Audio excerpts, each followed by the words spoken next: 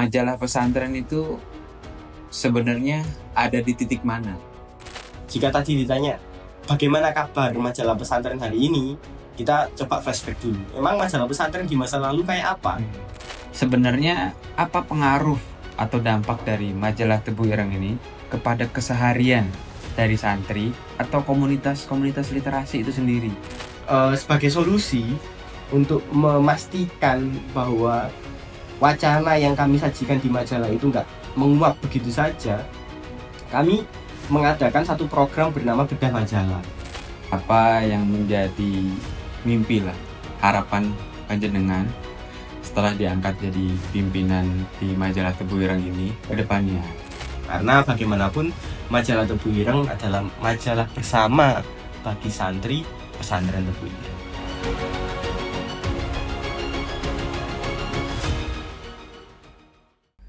Assalamualaikum warahmatullahi wabarakatuh. Alhamdulillah, alhamdulillah, alhamdulillah. Allahumma sholli ala sayyidina Muhammad. Alhamdulillah, pada kesempatan hari ini kembali lagi bersama saya Wahyu, redaktur majalah Tebu Ireng atau office boy ya di majalah Tebu Ireng. Kita pada kesempatan hari ini tentu sangat berbahagia karena kita kedatangan pimpinan tertinggi atau pimpinan dari majalah Tebu Ireng, yaitu Mas Rizky Syahrul. Nah, itu nama lengkap beliau. Nanti lebih panjang lagi nama lengkap beliau ada. Beliau ini terpilih tentu secara demokrasi ya. Kami tidak melihat bapaknya siapa, kami tidak melihat apa, tapi betul-betul dari keahlian beliau. Dan tentu dari awal beliau itu cukup lama ya, 2017 kalau tidak salah beliau di majalah Tebu Ireng, terus dikader sama teman-teman terdahulu atau senior-senior terdahulu hingga saat ini jadi proses pemilihannya cukup panjang. Nah, mari kita berkenalan sejenak dengan beliau. Terima kasih sekali lagi atas waktunya yang cukup padat. Beliau juga salah satu dosen di Ma'had Ali Hasyim Asy'ari Tebu Ireng, dan nanti boleh diceritakan sekolahnya dari SD ya, jangan jauh-jauh dari TK, SMP dan sebagainya. Monggo. Apa ini berarti? Silahkan perkenalan dan saya. Bismillahirrahmanirrahim. Assalamualaikum warahmatullahi wabarakatuh. Para penikmat konten majalah Tebu Ireng ya. Ini Mas Wahyu, tentu saya mengucapkan terima kasih. Saya sudah diberi kesempatan untuk berbicara di sini, memperkenalkan diri. Mungkin hal utama yang perlu saya kenalkan adalah nama saya belum lengkap kayak yang disebut Mas Wahyu ya. Rizky Syahrul. Ya, tengahnya gitu. Awalnya ada Muhammad Rizky Syahrul Ramadan. Nama yang cukup unik karena kalau orang-orang pesantren itu Syahrul Ramadan itu kan ada dua kata ya, Syahr sama Ramadan. Sedangkan Ramadan itu Wairu Munsorif, ada Syahrul, ada alnya. Maka beberapa orang kemudian menyimpulkan, oh kayaknya ini salah, ini harusnya Syahrul, nggak pakai L gitu. Oke, terserah lah. Nama saya begitu, 4 kata, Muhammad Rizky Syahrul Ramadan, dan saya dari Mojokerto, Mas Wahyu. Kalau Mas Wahyu ini kan dari mana-mana. Dari mana-mana ya.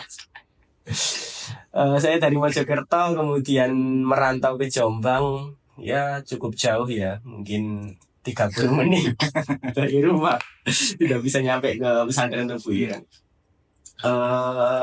Riwayat pendidikan saya, dulu saya sekolah di rumah di Mojokerto sana, waktu MI, waktu masih tidak bisa jauh dari orang tua, kemudian mulai dipaksa mondok ketika sanawiyah. Saya bilang dipaksa karena saya pernah melobi orang tua saya ketika masih kelas 6 atau kelas 5 MI itu. Ibu, gimana kalau saya tidak mondok dulu ketika sanawiyah? Saya mondoknya ketika aliyah saja, biar saya lebih kenal dengan lingkungan sekitar saya. Anak kecil bilang kayak gitu ya saya juga ngapain saya bilang kayak gitu. Tapi ternyata nggak berhasil. Saya akhirnya mondok sanawiyah aliyah di satu pondok yang sama, namanya Pesantren Al-Amin Mojokerto. Pesantren Alami Mojokerto, itu yang kemudian mengenalkan saya pada alumni pesantren Tebu Ireng bernama Kiai Haji Muthaharun Afif. Kiai Muthaharun kami memanggilnya. Beliau waktu itu pengasuh di Pondok Al-Amin itu, dan kebetulan beliau juga termasuk salah satu orang yang dilibatkan dalam pendirian Mahat Ali Tebu Ireng. Ya, singkat cerita, saya ngikut beliau pas kalau lulus dari Al-Amin, saya kuliah di Mahat Ali Tebu Ireng ini. Sehingga S1 saya tempuh di Tebu Ireng, di Mahat Ali, dan double degree ya di Universitas Bahasa. Ya, bahasa double degree kayaknya keren, tapi walaupun karena double degree-nya Mahat Ali waktu itu belum resmi, ijazahnya belum diakui oleh negara lah kira-kira. Jadi saya harus mengais kuliah di tempat yang lain yang kebetulan sudah diatur kerjasamanya oleh, kalau bocoran dari orang-orang sih, amanat dari Al-Maghfurlah Yai Salahuddin Wahid, ngatur gimana anak-anak Mahat Ali bisa dapat ijazah formal ke Unhas. Dari situ saya cukup tidak tepat waktu. Jadi di Mahat Ali saya molor setahun, otomatis Unhasnya juga saya harus jeda setahun. Lulus dari sini 5 tahun, saya kemudian ke UIN Malang. Ke UIN ya, ke kampus yang waktu saya lulus aliyah itu saya agak gimana gitu sama UIN. UIN atau YIN itu dulu saya pandang, ini kampus apa sih? Melajari agama kok. Ya kenapa nggak ke pesantren, kok ke UIN kalau belajar agama. Kalau belajar ilmu umum kok malah ke UIN, kan ke sekalian kampus umum aja. Waktu itu ketika lulus aliyah memandang UIN itu kayak kampus yang nanggung dalam tanda kutip ya. Tapi ternyata saya S2-nya justru di UIN. Saya S2-nya di UIN, dan hingga saat ini saya S3 di sejenis UIN, IAIN ya, belum Universitas IAIN. Waktu itu saya di UIN Malang S2, S3-nya sekarang di IAIN Kediri. 2 kampus negeri ini sama-sama saya ambil konsentrasi di studi Islam, sebuah program studi mengkaji ilmu keislaman yang general. Pas general itu ya ada mata kuliah hukum, ada mata kuliah tasawuf, ada mata kuliah teologi. Karena beberapa orang menganggap jurusan nggak jelas. Jurusan nggak jelas. Tapi justru ketidakjelasan itu, jadi saya pengen cerita Mas Wahyu. Saya ketika lulus dari UIN, entah udah wisuda atau belum ya, UIN Malang, saya diundang oleh kaprodi saya untuk ikut semacam forum evaluasi kurikulum studi Islam di UIN Malang. Waktu itu saya disuruh memberi statement, gimana sampean atau Anda selaku alumni kepake nggak sih di dunia kerja, kira-kira gitu. Terus saya cerita kalau saya kayaknya bentar lagi jadi pimret majalah Tebu Ireng. Kemudian saya sekalian aja, saya kok dibilang gak kepake kok gimana gitu ya. Saya bilang saya insya Allah habis ini jadi pimret majalah Tebu Ireng. Dan karena waktu itu saya diundang untuk menegaskan bahwa studi Islam itu masih penting, saya bilang kayak gini, bapak-bapak sekalian, saya ingin bercerita kenapa kok saya yang digadang-gadang atau saya yang akan dijadikan pimret di antara beberapa pilihan nama lain, misal kayak gitu. Saya cerita gitu dengan statement utama bahwa salah satu alasannya yang paling mendukung adalah karena saya alumni studi Islam. Kok bisa gitu? Studi Islam kan gaduh-gaduh. Dia belajar banyak hal lah. Di majalah Tebu Ireng kadang kita bahas teologi, kadang kita bahas hadis, kadang kita bahas hukum, kadang isu-isu. Tapi semuanya itu seputar keislaman. Nah ini kita ketemu lah, match lah antara studi Islam dengan majalah Tebu Ireng ini. Ini saya sekaligus promosi minat studi saya ya. Studi Islam dibalik ketidakjelasannya karena mengkaji beberapa sub keislaman, di dalamnya juga ada power yang tidak dimiliki jurusan lain. Artinya saya berani bahas teologi karena saya alumni studi Islam, saya berani bahas hadis karena saya alumni studi Islam, dan seterusnya. Itu riwayat pendidikan saya. Otomatis dari itu semua saya santri, saya anak pondokan gitu ya. Sampai sekarang juga saya masih merasa menjadi santri Tebu Ireng kok. Kesantrian saya tadi dimulai di Mojokerto, pesantren Alamin, kemudian di Tebu Ireng, pesantren Tebu Ireng hingga hari ini. Baik, kita rasanya ingin langsung ke inti-inti. Saya izin manggil Mas ya, karena dari tadi studinya dan kesantriannya kayaknya sudah banyak yang memanggil Ustadz. Nah, kali ini biar ini saya panggil Mas. Mas Sahrul ini digadang-gadang tadi atau melihat track record di majalah pesantren saya rasa cukup panjang ya. Bahkan di Mahada Ali pun barangkali sempat memegang majalahnya. Nah, hari ini majalah pesantren itu sebenarnya ada di titik mana? Apakah memang sudah tidak dilihat lagi karena ada media-media digital, atau memang sudah pokoknya ada teknologi seperti apa, majalah ini akan tetap hadir untuk memberikan warna. Nah, bagaimana itu? Artinya apa sih yang memotivasi masuk ke majalah Tebu Ireng? Nah, itu intinya. Oke, majalah pesantren ya. Majalah pesantren nanti ketemu majalah Tebu Ireng. Saya mencoba menjadi filsuf ya. Mari kita definisikan apa itu majalah pesantren. Kita bisa ngomong bahwa itu adalah susunan idofa yang berarti majalah yang diterbitkan oleh pesantren gitu ya, atau yang bawa nama pesantren. Saya jadi teringat tulisan Mas Septian pribadi ya. Mas Septian pribadi itu Pimret sebelum saya, Pimret Mas Santo sebelum saya. Beliau mengunci satu statement bagus bahwa Tebu Ireng itu pelopor majalah pesantren, majalah yang diterbitkan oleh pesantren resmi, membawa nama pesantren. Jika tadi ditanya bagaimana kabar majalah pesantren hari ini, kita coba flashback dulu. Emang majalah pesantren di masa lalu kayak apa? Kemudian kita bandingkan dengan hari ini ya. Lagi-lagi di tulisannya Mas Septian, kalangan pesantren di tahun 1980-an itu mengalami keresahan. Saya nggak tahu ya, saya nggak hidup di masa itu. Saya lahir 96, masih sangat muda kita Mas Wahyu. Kita seumuran. Saya tidak hidup di tahun 1980, saya tidak tahu bagaimana suasananya. Tapi dari buku-buku yang saya baca, 1980-an itu masa di mana kalangan pesantren mulai rata-rata ya, mayoritas mulai merasa resah. Ketika mereka begitu-begitu saja, maka mereka akan dilibas oleh perkembangan zaman kira-kira. Apa yang membuat hal itu begitu meresahkan? Pesantren, jika Anda ingat bagaimana pembelajaran di pesantren salaf murni, mereka kan ketemunya literasi berbahasa Arab.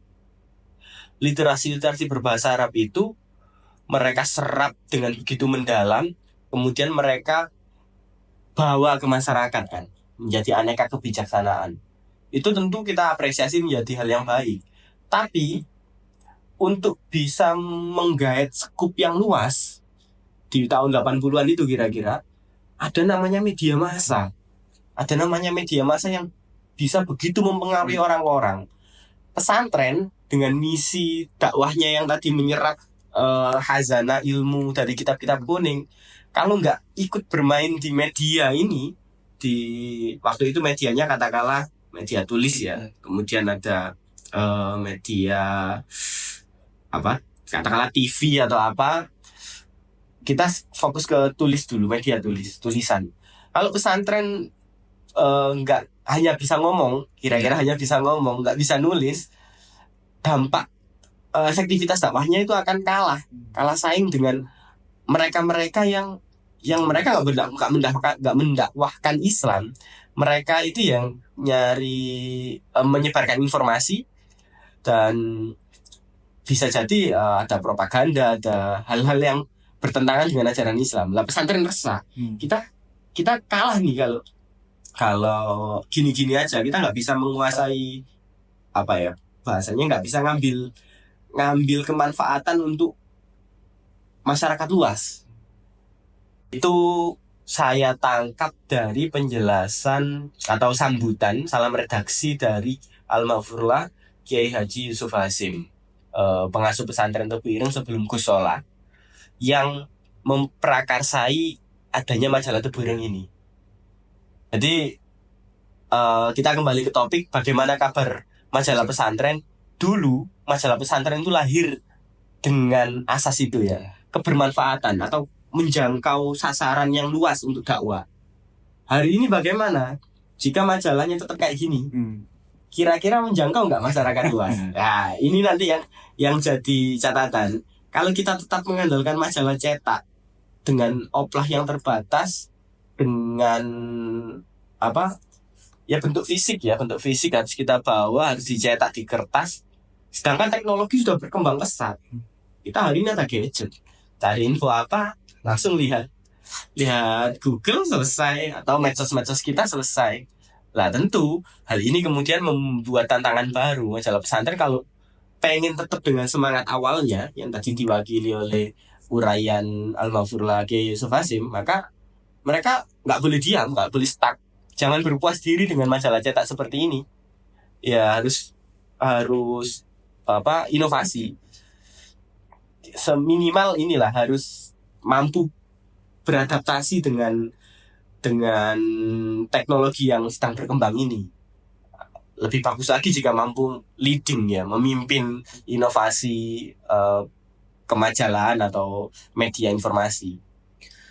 Kayak gitu sih mungkin tahu. Ya, cukup menarik tadi majalah Tebu Ireng ini eksis dari sejak awal 1980, bahkan majalahnya tetap kami jaga hingga saat ini, ada dari awal sampai akhir hari ini. Kami betul-betul merawat itu karena itu warisan dari para kiai kita. Tapi yang menarik sejak panjenengan kalau tidak salah 2017 masuk ke majalah Tebu Ireng, nanti diceritakan juga bagaimana kok bisa sampai di ruangan atau di tempat duduk bernama majalah Tebu Ireng itu. Tapi yang menarik apa? Bagaimana kesan panjenengan ketika melihat historis majalah Tebu Ireng ini ternyata diduduki oleh kiai, profesor, ada tulisan Gus Dur, ada tulisan Mahmud Judaidi, sehingga kesan, waduh ini orang-orang melabeli majalah pesantren, terus majalah pesantren Tebu Ireng dengan nama Tebu Ireng sendiri sudah besar. Lah hari ini kacamata orang-orang itu, lah majalah kok kayaknya menurun dan sebagainya. Itu bagaimana tantangan itu muncul sehingga tetap terambil dan diusahakan sehingga orang itu ya sudah, majalah ini akan terus berkembang seiring zaman terus maju, teknologi terus berkembang, kita tetap ada. Oke. Pertama tadi saya menceritakan bahwa majalah Tebu Ireng perlu inovasi ya. Inovasi itu hubungannya nanti sama model kita dalam menyampaikan pesan, kira-kira pesan dakwah. Kalau majalah ini kita posisikan sebagai media dakwah kita, isinya adalah pesan dakwah. Tadi catatannya adalah kita nggak boleh diam, nggak boleh, pesan dakwah itu nggak boleh dirupakan begini saja, tapi harus diinovasi gitu kan. Itu soal wujud medianya. Kalau tadi pertanyaan yang baru adalah soal kualitas kontennya, kayak gitu ya kira-kira. Bagaimana dengan kualitas kontennya? Iya, memang ketika kita melihat majalah Tebu Ireng Tempo dulu yang tahun 80-an itu, yang terbit kira-kira 2 tahun ya, 2 tahun kemudian mati suri, itu memang luar biasa. Kita akan sepakat bahwa ini majalah yang hebat. Salah satu dosen saya di UIN Malang ketika saya kuliah S2, ketika saya bercerita bahwa aktivitas saya di Tebu Ireng adalah menjadi redaktur atau tim di majalah Tebu Ireng, beliau mengungkapkan kesan. Jadi saya membayangkan beliau itu langsung nostalgia dengan masa mudanya. Apa yang beliau ucapkan? Majalah Tebu Ireng di waktu saya kuliah, kata saya, di waktu saya kuliah itu media yang keren sekali, Mas. Katakanlah seperti jurnal internasional hari inilah. Jadi itu salah satu media cetak yang ketika orang bawa itu keren. Dia baca majalah Tebu Ireng, dan itu termasuk orang yang baca itu terlihat bahwa dia adalah sosok intelektual, kira-kira gitu, sosok intelektual Muslim. Kok bisa kayak gitu? Salah satu yang memungkinkan itu terjadi adalah kualitas kontennya tentu. Kualitas kontennya. Jika tadi ada pertanyaan, atau ada sindiran, kritikan yang membangun tentunya ya. Majalah Tebu Ireng hari ini kok kualitasnya menurun sih, Ya. kok nggak bisa nembak orang-orang hebat seperti tahun 80-an dulu, ada Gus Dur, Mahfud Junaidi, dan seterusnya, Cak Nur gitu kan. Ini pernah juga ditanyakan di surat pembaca, saya lupa edisi berapa ya. Di surat pembaca itu pernah dimuat kayak gitu. Ini catatan memang, evaluasi buat kita. Lalu apa yang berusaha kita lakukan? Jika teman-teman sekalian mengamati tiap edisi majalah Tebu Ireng lah, sebenarnya ada tokoh nasional yang menulis di situ, yang walaupun tidak se-wow edisi 80-an, tapi kedahsyatan atau ketokohan, kebesaran sosok tokoh yang menulis di majalah Tebu Ireng itu nanti juga relatif sih. Maksudnya gini, Gus Dur hari ini kan menurut kita sosok besar, sosok yang berhasil menjadi presiden dengan aneka pemikiran-pemikiran yang futuristik ya, gagasan-gagasan yang brilian. Tapi di tahun 1980-an, kira-kira sosok Gus Dur apakah sama dengan persepsi kita hari ini? Artinya ada orang yang dulu nulis di tahun 1980-an itu belum tentu sebesar hari ini namanya. Besar, beliau nulis dulu di situ, kemudian seiring berjalannya waktu beliau menjadi sosok yang besar, sehingga ketika kita sekarang melihat arsip majalah Tebu Ireng, keren sekali, keren menurut kita hari ini. Di masa itu mungkin ya beliau tokoh nasional, tapi nggak begitu didewakan seperti hari ini kira-kira ya, didewakan dalam tanda kutip ya. Bisa jadi tokoh-tokoh nasional yang kita muat tulisannya di tiap edisi majalah Tebu Ireng hari ini, beberapa tahun lagi, jika dulu tahun 1980, kemudian sekarang 2020 katakanlah, berarti kan 40 tahun. 40 tahun kemudian, coba edisi yang terbaru ini, tokoh penulisnya siapa? Sajian utama satunya siapa? Prof. Alimatul Siktia. Oke, yang satu. Profesor Agus Purwanto. Oke, Prof. Agus Purwanto. Hari ini beliau sudah menjadi tokoh nasional ya. Sudah menjadi tokoh nasional dengan gagasannya tentang ayat-ayat semesta, mengintegrasikan bagaimana sains dan ajaran Islam khususnya di Quran, kemudian menjelma menjadi tren sains. Beliau hari ini tokoh nasional lah. Kita sepakati sebagai tokoh nasional. 40 tahun lagi, jangan-jangan nama beliau akan semakin melejit dan kemudian orang akan terkagum-kagum. Wow, majalah Tebu Ireng tahun 2024 memuat tulisan beliau. Ini perspektif yang bisa jadi bergeser. Artinya bagaimanapun kita tidak mengabaikan pentingnya memuat perspektif pemikiran dari tokoh-tokoh nasional, dari tokoh-tokoh besar. Sebagaimana edisi tahun 1980-an dulu melakukan hal itu. Cuma harus kita akui bahwa mungkin ekspektasi atau cita-cita kita untuk harus orang yang keren banget itu beberapa kali tidak kesampaian. Tapi ulasan yang tadi tentang relativitas dalam kebesaran tokoh itu mungkin bisa jadi salah satu dalih lah bagi kami bahwa kami berusaha untuk itu.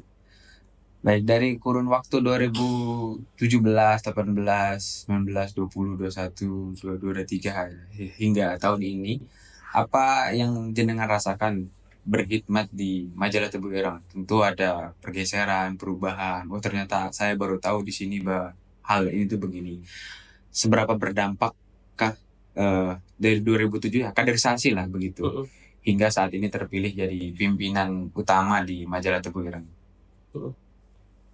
Majalah Tebu Ireng itu punya dua sisi ya. Sisi pertama itu kan dakwah keluar. Sisi yang lain memunculkan kader-kader, bahasanya tadi kaderisasi ya, memunculkan semacam kader-kader. Tentu dua hal ini terus mewarnai aktivitas saya selama tergabung di majalah Tebu Ireng sejak 2017 akhir itu hingga hari ini.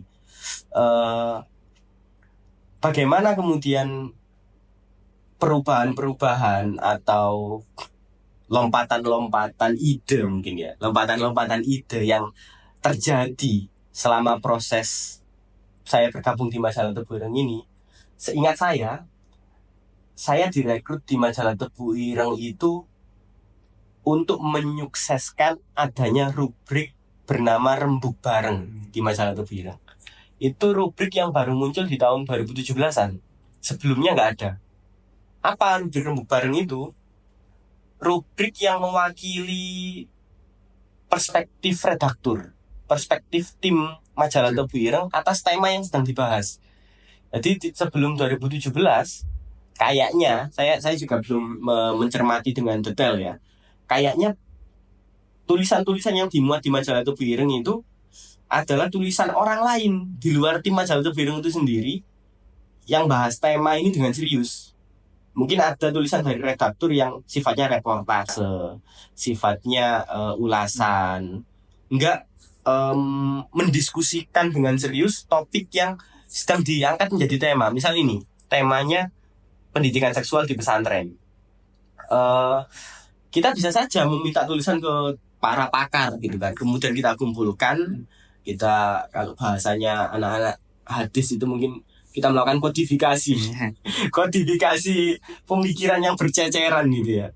Kodifikasi kemudian kita kumpulkan, kita atur tata sedemikian rupa jadilah majalah. Kita bisa aja gitu.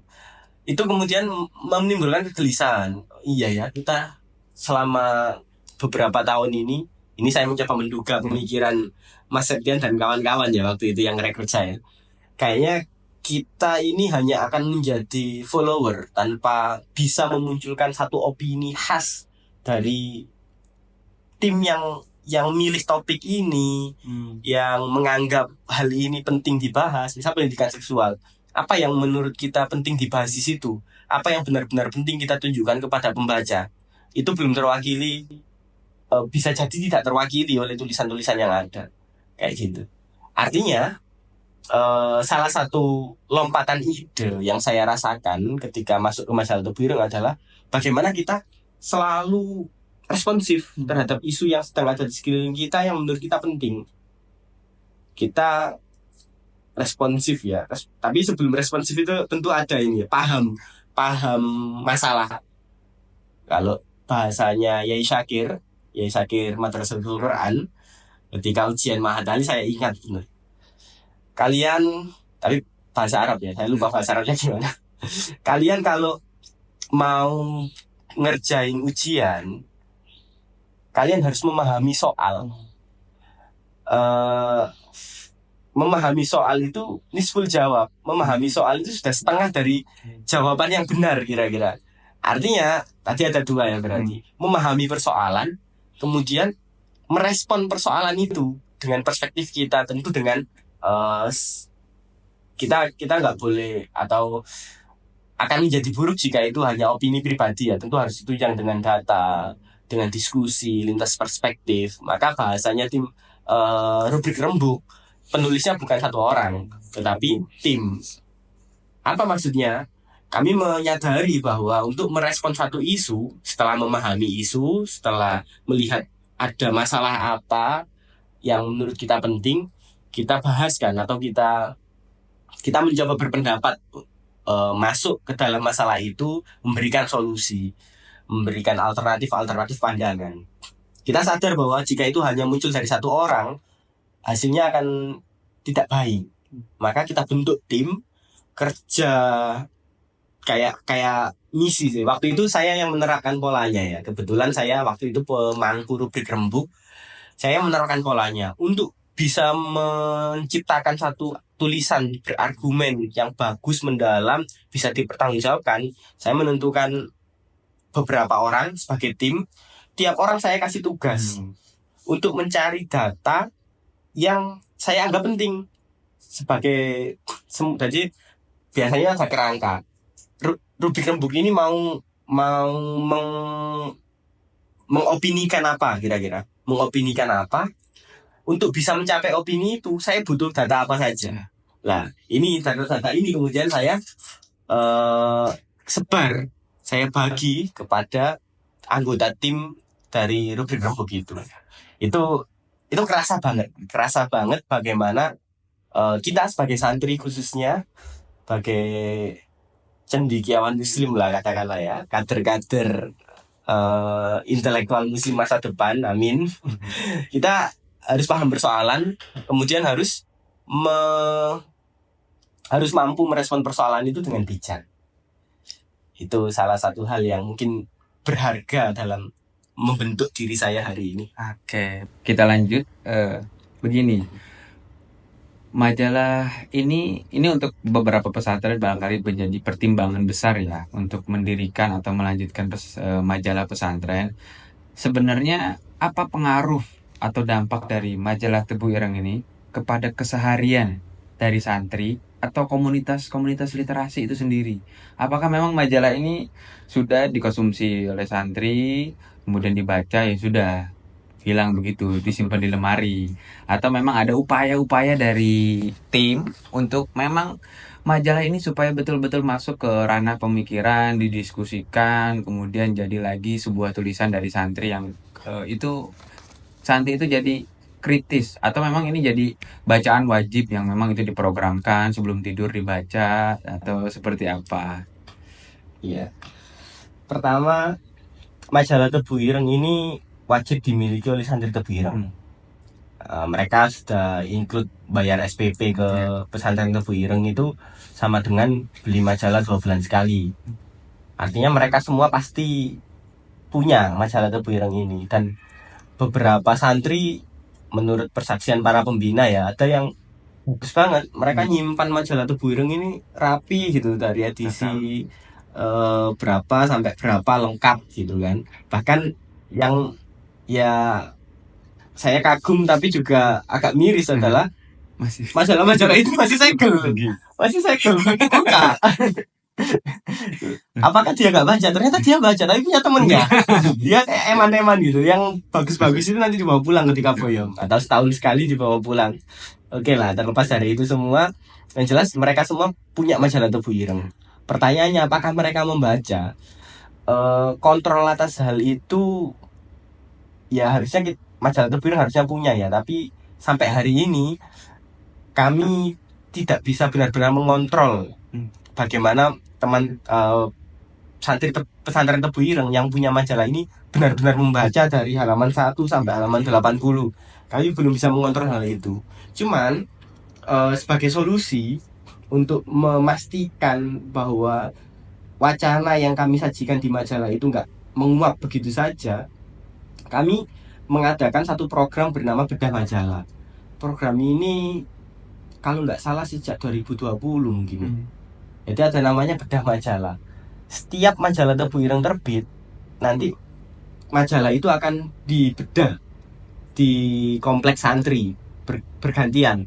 Misal edisi kemarin kita ke kompleks anak SMP. SMP yang mana, dan Tebu Ireng kan ada banyak lokal ya, ada banyak lokus untuk tempat-tempat kita bisa bergantian. Kita keliling bahkan ke pesantren-pesantren sekitar. Maksud kami adalah itu upaya dari tim majalah Tebu Ireng agar wacana yang disajikan di dalam majalah nggak menguap begitu saja. Meskipun katakanlah paling buruk adalah mereka sama sekali nggak baca isi dari majalah Tebu Ireng, atau cuma lihat gambar covernya tanpa mungkin dibaca tapi kemudian nggak ingat gitu. Tapi seenggaknya mereka dengan kita datangi di bedah majalah itu, maksudnya kita datangi, iya, tim redaksi datang ke asrama-asrama atau ke sekolah mereka, kita ajak mereka untuk mendengarkan apa sih yang dibahas di majalah Tebu Ireng ini, kenapa majalahnya kok ngangkat ini, emang ada masalah apa, yang penting diketahui mereka apa. Dan kami menghadirkan satu sosok penulis yang dimuat di edisi itu, biasanya begitu. Itu kemudian menjadi kami ajukan ya sebagai bentuk pertanggungjawaban bahwa kami nggak sekedar nulis kemudian katakanlah tadi dibayar, sudah ikut SPP, ya yang penting kami sudah nyetak, sudah dibagikan ke santri, ya sudah, kami masa bodoh, nggak gitu. Tentu harapan kami adalah upaya kami di majalah Tebu Ireng ini dalam menyebarkan gagasan, namanya adalah media pendidikan dan keagamaan ya. Ini hal-hal yang berbau pendidikan dan keagamaan yang sudah kita sajikan itu ya jangan sampai mubadir begitu saja lah. Walaupun kontrolnya memang tidak bisa sebagus itu. Tapi ini Mas Wahyu, ada satu hal yang ingin saya sampaikan ya. apakah majalah Tebu Ireng ini berpengaruh terhadap kemampuan literasi santri? Katakanlah kemampuan literasi kita batasi ke baca tulis ya. Apakah berpengaruh? Ini kami pernah meriset sih. Kami pernah meriset tiap majalah itu kami sebar angket gitu. Kami sebar angket. Kami menanyakan apakah mereka menghatamkan majalah Tebu Ireng. Ternyata sebagian besar enggak. Ada yang menghatamkan mungkin 20% lah. Yang 80% gimana? Membaca bagian-bagian tertentu. Ternyata mereka itu punya apa ya? Figur-figur favorit yang selalu mereka cari. Tentu yang paling pertama, yang paling populer adalah Cak Jahlo. Rubrik humor atau rubrik hiburan lah yang paling populer. TTS juga karena berhadiah ya, mereka kerjakan berhadiah. Dan yang menarik ada 2 rubrik yang insya Allah selalu dibaca oleh mayoritas santri Tebu Ireng. Apa itu? Pertama telah tafsir dari Kiai Haji Musta'in Syafi'i, kedua Serambi Pengasuh. Di sini kemudian saya melihat bahwa seenggaknya majalah Tebu Ireng ini bisa menjembatani antara pengasuh dengan gagasan yang luar biasa dari beliau, bagaimana bisa tersampaikan pada santri dan bisa dimutolaah kapanpun kira-kira. Misal Kiai di edisi ini nulis tentang, saya lupa Kiai nulis tentang apa ya? Tentang Kiai Hasim sebagai sosok Kiai Hasim yang besar itu nggak didapatkan dengan instan gitu kan, melainkan ada perjuangan panjang yang harapannya bisa dicontoh oleh santri bahwa kalian itu kalau mau jadi orang besar atau kalau kagum dengan orang besar, jangan cuma kagum dengan kebesarannya, tapi lihat perjuangannya, prosesnya, yang itu harus kalian contoh kan gitu. Detail dari wejangan beliau mungkin bisa didengar oleh anak-anak, tapi habis itu besoknya kemarin pengasuh bilang apa ya? Lah kalau udah kita sajikan di majalah, mereka kan bisa mutolaah tiap hari. Begitupun dengan informasi-informasi yang lain. Dan Kiai Ta'in di sini menjadi favorit karena sudah menjadi rahasia umum ya, bagaimana kedalaman ilmu beliau khususnya ketika berbicara tentang ayat-ayat Al-Quran. Artinya apa Mas Wahyu? Majalah Tebu Ireng ini sedikit banyak tentu mempengaruhi kualitas literasi santri. Seenggaknya menjembatani mereka mengetahui pemikiran-pemikiran dari tokoh-tokoh yang mereka kagumi kira-kira melalui tulisan. Iya, tadi sudah memunculkan data ya. Hasil riset bahwa 20% sudah menghatamkan, 80% itu tadi ya hanya membaca beberapa kolom-kolom pilihan. Ya, kalau saya munculkan 5% atau paling besar 10% dari ribuan santri itu yang justru menelantarkan majalah.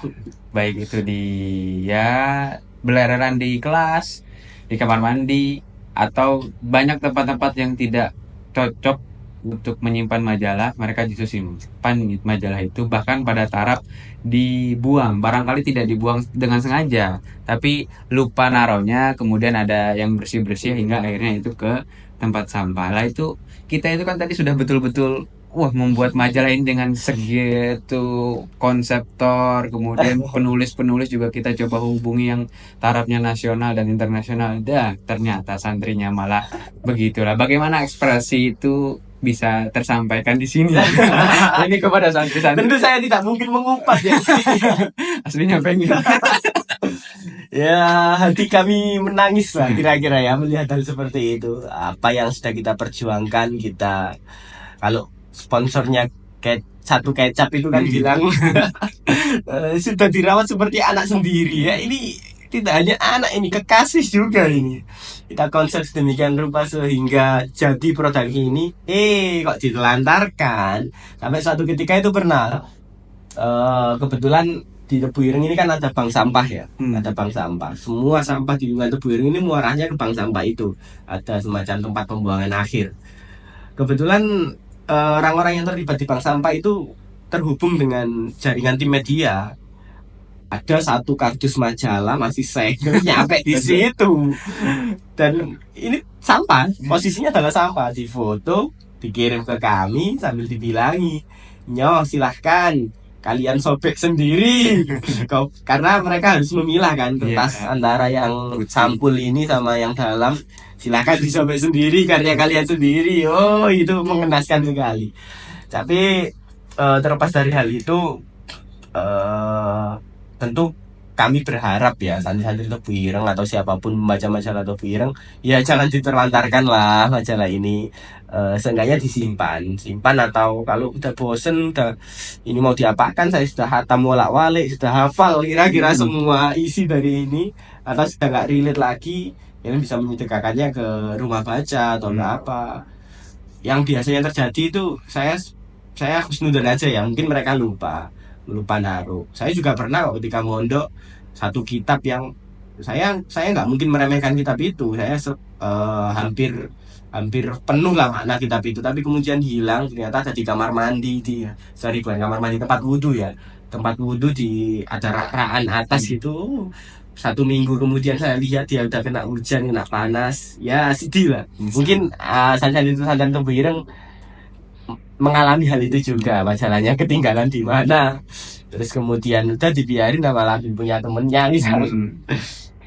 Kayak gitu mungkin. Nah, hal ini yang kami sesali, bahwa majalah ini sudah include SPP, berarti sudah dibayar sama orang tua. Jika memang sudah bosan atau mungkin nanti bisa dibawa ke rumah, bahwa majalah ini betul-betul dicari oleh di luar kita, masa kita yang di dalam justru menelantarkannya atau sampai lupa naruh begitu. Nah, hari ini kita akan mencoba menerjemahkan nanti gerakan apa kira-kira yang akan kedepannya lakukan di majalah Tebu Ireng ini, melihat beberapa majalah di pesantren itu sudah di take down atau ditutup karena tidak ada itu tadi, sedikit kebermanfaatannya, justru malah banyak yang ini. Sehingga apa nanti tujuannya, atau kira-kira tawaran apa yang jenengan akan berikan ke majalah Tebu Ireng agar tetap eksis, tentu dengan berbagai pembaharuan ya, mengikuti zaman yang terus ada AI, ada sebagainya. Nah, kalau kita ngobrol soal sustainable ya, kebertahanan ya, apakah majalah Tebu Ireng versi cetak ini masih bisa bertahan? Kami pernah mendiskusikan ini dengan pengasuh. Jawaban pengasuh adalah kita di pesantren itu masih butuh media cetak. Kenapa? Karena santri-santri dilarang pakai gadget. Kalau informasi berbasis cetak ini juga nggak disediakan, mereka akan buta wacana. Bagaimana dengan sekolah? Sekolah kan ada pelajaran-pelajaran. Iya, pelajaran-pelajaran, tapi isu-isu kekinian yang ini khasnya studi Islam tadi ya, akhirnya saya. Bagaimana kita merespon isu-isu kekinian menggunakan perspektif Islam? Bagaimana kajian-kajian Islam hari ini berkembang? Itu mungkin akan sulit mereka dapatkan dengan cepat. Lah, 2 bulan sekali mereka disuguhi majalah ini, itu hal yang luar biasa.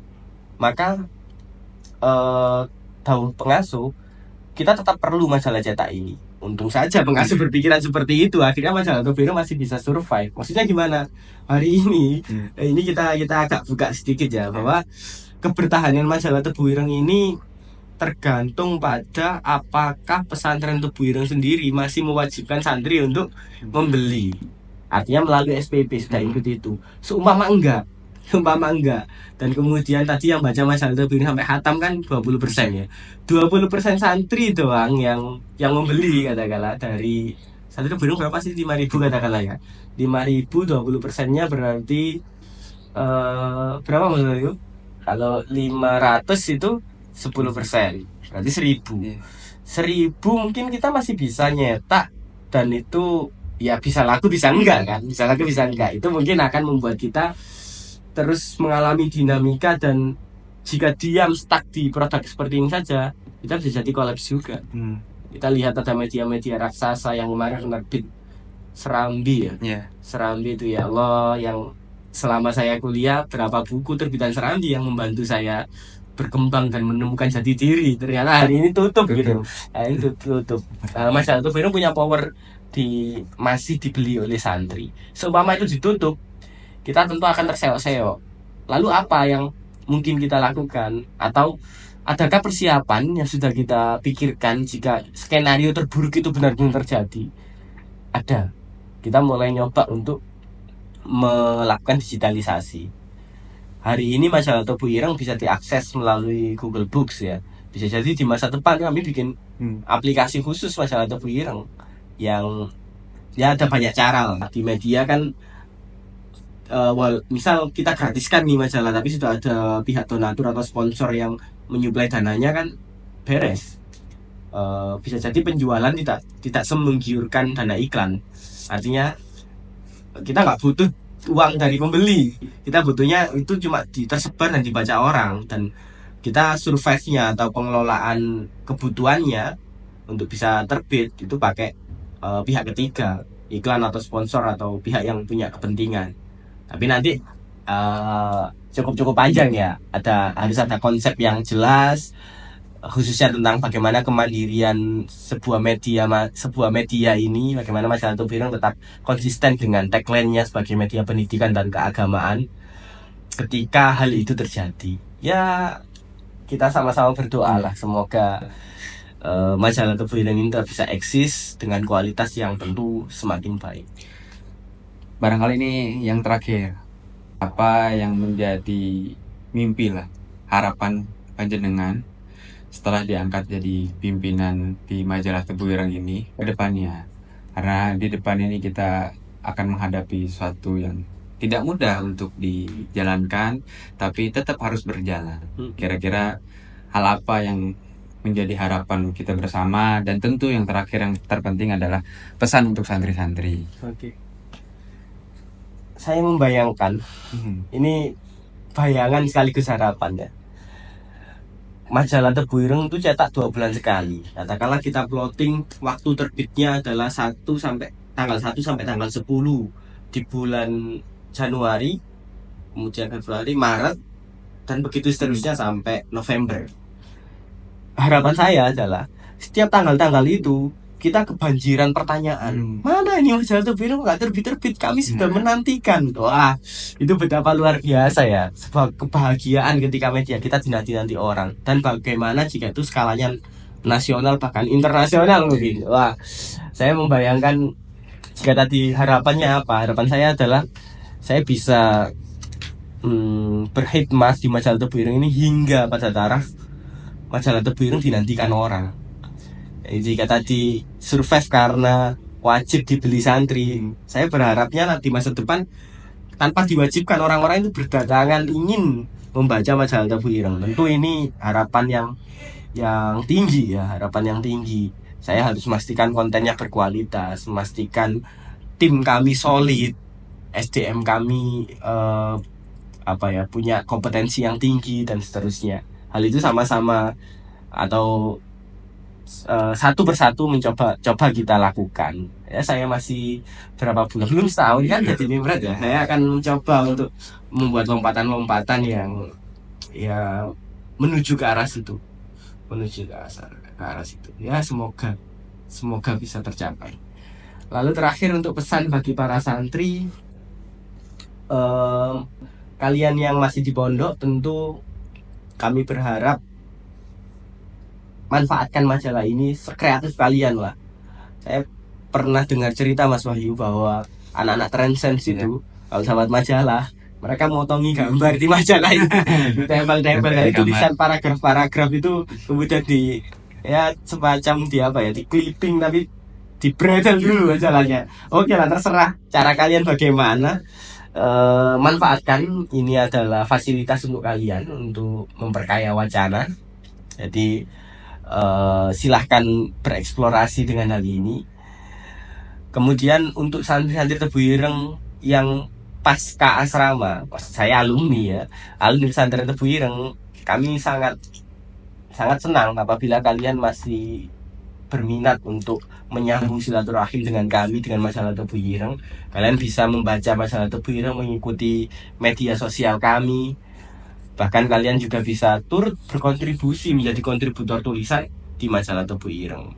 Karena bagaimanapun majalah Tebu Ireng adalah majalah bersama bagi santri pesantren Tebu Ireng. Itu kira-kira yang penting untuk saya sampaikan. Baik, terima kasih atas luang waktunya. Semoga majalah ini tetap eksis dan terus mengikuti perkembangan zaman. Bagi teman-teman setia pembaca majalah Tebu Ireng, mari kita terus dukung majalah pesantren agar tetap eksis. Tentu majalah pesantren selalu hadir untuk mengupas tuntas persoalan problematika yang ada di negara ini dengan solusi-solusi konkret ala pesantren. Nah, tentu cara mendukungnya juga banyak. Salah satu caranya dengan berlangganan majalah Tebu Ireng yang 1 kali bayar untuk 1 tahun, atau dengan memborong majalah Tebu Ireng. Nah, itu akan menggembirakan tentu untuk kita semua, dan teman-teman pun akan sama-sama bahagia karena mendapatkan satu tulisan yang itu sangat ramah di kantong tapi tidak menyia-nyiakan atau bahkan isi-isinya sangat padat. Kami tunggu pesanan yang terbaik dari Anda. Itu saja, sekali lagi wallahul muwaffiq ila aqwamit thoriq. Wassalamualaikum warahmatullahi wabarakatuh.